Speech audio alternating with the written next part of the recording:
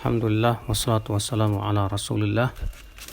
Kita lanjutkan bab tahrimus sihar wa qatlus sahir, bab haramnya sihir dan bahwasanya penyihir itu hendaknya dibunuh dalam Islam.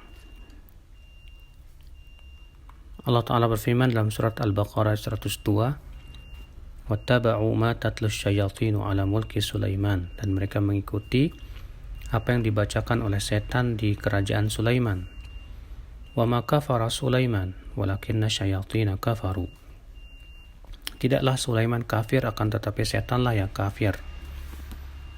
Yu'allimuna an-nasa sihr. Mereka mengajarkan kepada manusia sihir.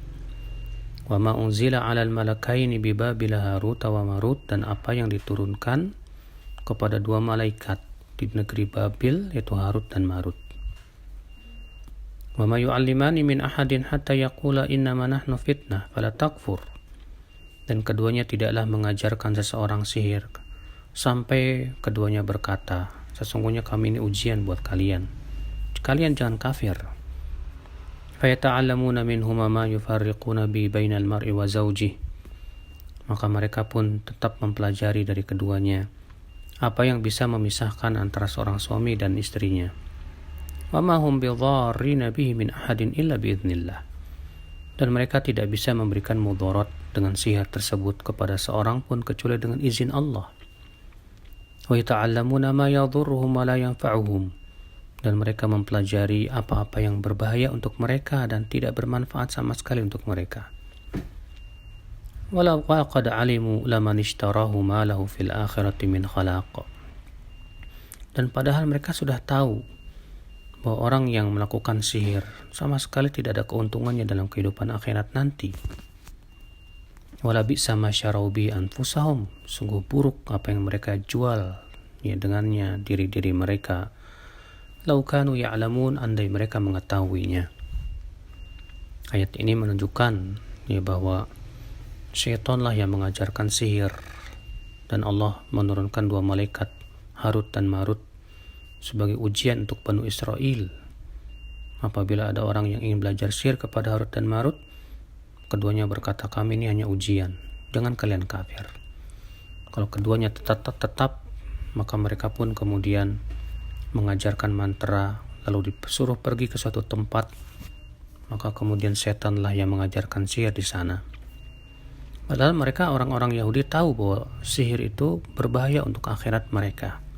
Tapi mereka jual akhirat untuk mendapatkan sedikit kehidupan dunia. Na'udzubillah. Sihir adalah merupakan dosa yang sangat besar, bahkan dosa yang bisa membinasakan. Nabi sallallahu alaihi wasallam bersabda, "Ijtanibus sab'al mubiqat." Jauhi oleh kalian 7 perkara yang membinasakan. Di antaranya yaitu sihir. Dari Imam Bukhari dan Muslim dari hadis Abu Hurairah.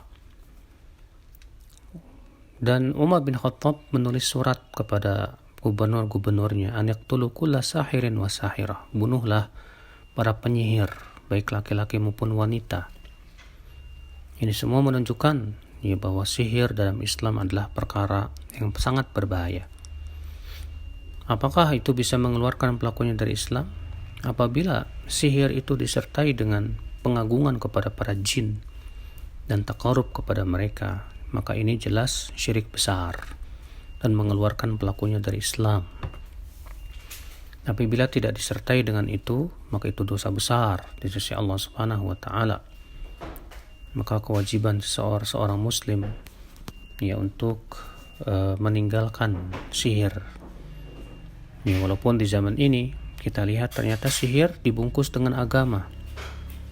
Sebagian mereka belajar sihir dengan membaca ayat-ayat tertentu diulang-ulang.